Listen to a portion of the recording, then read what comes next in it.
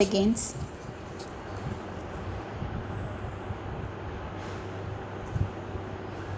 Start.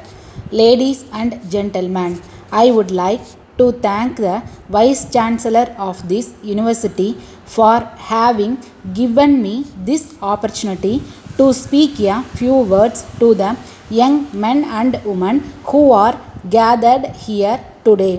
I am glad to know that this university has made considerable progress during the last few years. The central government has given liberal financial assistance which has helped the university authorities in developing its various departments. I have no doubt that this university will grow from strength to strength in the years to come.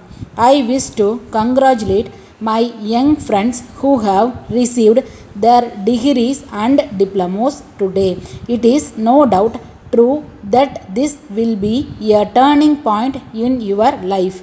It is also true that every one of you will be anxious to get a suitable job which is essential for finding a means to live.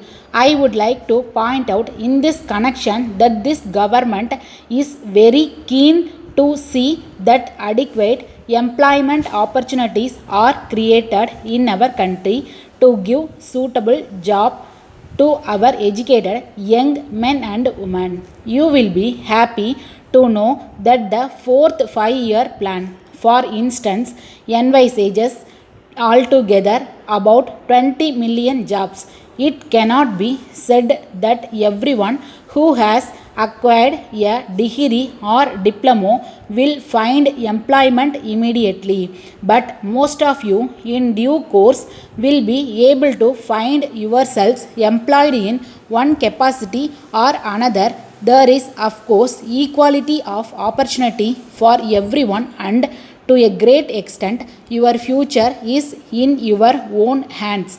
Whatever may be your position in future life, each one of you should first of all think of yourselves as citizen of this country. This confers on you certain rights which are guaranteed by the Constitution, but it also subjects you to certain responsibilities which you should be able to understand clearly. In a democracy, the citizens enjoy a certain amount of freedom, but this is always subject to social discipline. A good citizen is one who obeys the law whether there is a policeman around or not, and who takes delight in performing his civic duties.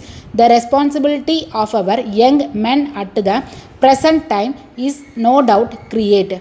In my view, every stage in the life of a man is important in itself. I would like to call upon everyone to understand the dignity of work. It is important that there should be great satisfaction in doing one's own work to the best of his ability.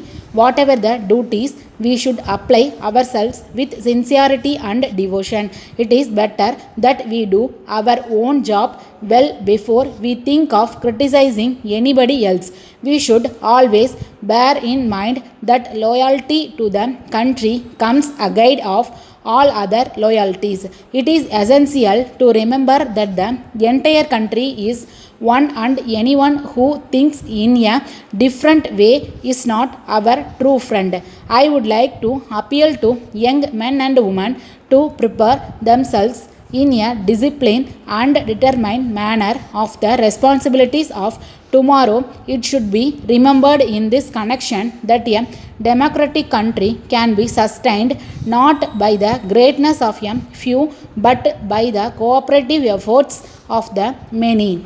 There is no doubt that the future of the country is in your hands. It is necessary, therefore, that you should be well equipped as individuals and citizens. The world is at the present moment passing through very difficult times. In fact, it would be wrong to say that the people are now facing difficult problems. Letter dated 25th October 1982 from the Sales Manager Mrs. Raman and Company, New Delhi, to the Manager Mrs. Thomas and Company, Bombay. Dear Sir, in reply to your letter of the 26th instant, we wish to inform you as follows.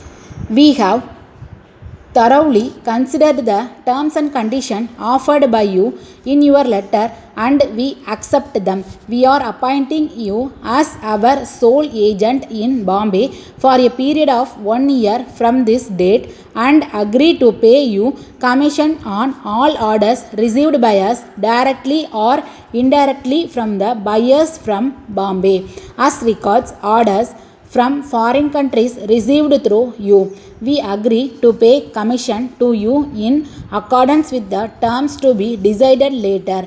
We have already business connection in several parts of the world. It is not therefore possible for us to give you the sole representation in this regard.